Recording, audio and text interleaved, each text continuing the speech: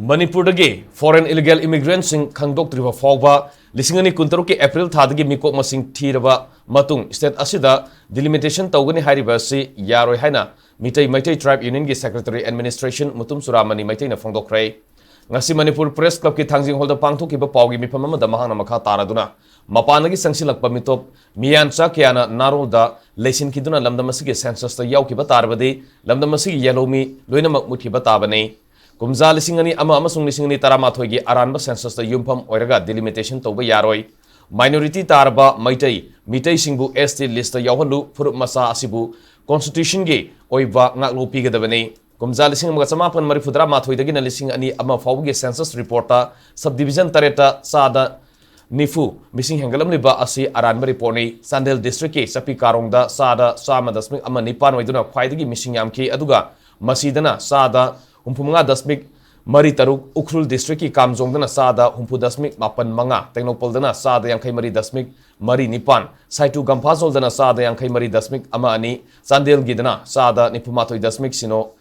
Taret Sino Amadi Surasanpurdana Sada Nipu dasmik Taret Hengat ki Masi Myanmar ki Lakpa illegal immigrants Singna Namna Kundaba Mapum Singni Lisingani Taramathoigi census ta Senapati district ki subdivision ahumda Maung Tadana missing Hengatpagi Changasi Maung Maramda Sada Samaga Kuntratruk Dasmik Ahum Paung Matadana Sada Marifudra Mapan Dasmik Ama Manga Puruldana Sada Samaga Kun Dasmik Ahum Nipan Oiki Hariba Mapam Singasi Yenglagadi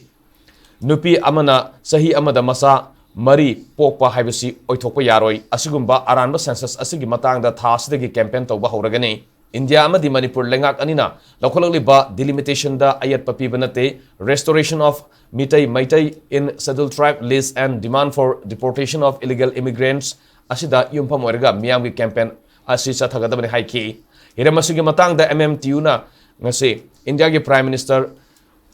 President Minister of Home Affairs Minister of Tribal Affairs Manipur ki Governor Chief Secretary da aiba serol thaduna khangan kre haiki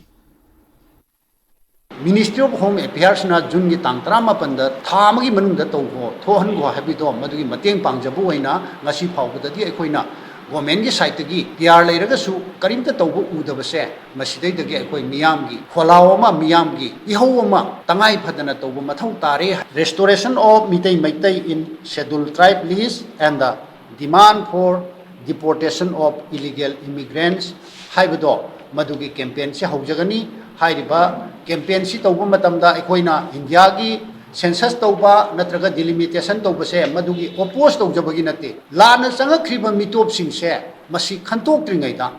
amuka hanna lana census si tawsan khraba madugi aranba data du da yumpham werkanda delimitation torpa targa di democracy gi phajakraba wahan thok leiraroi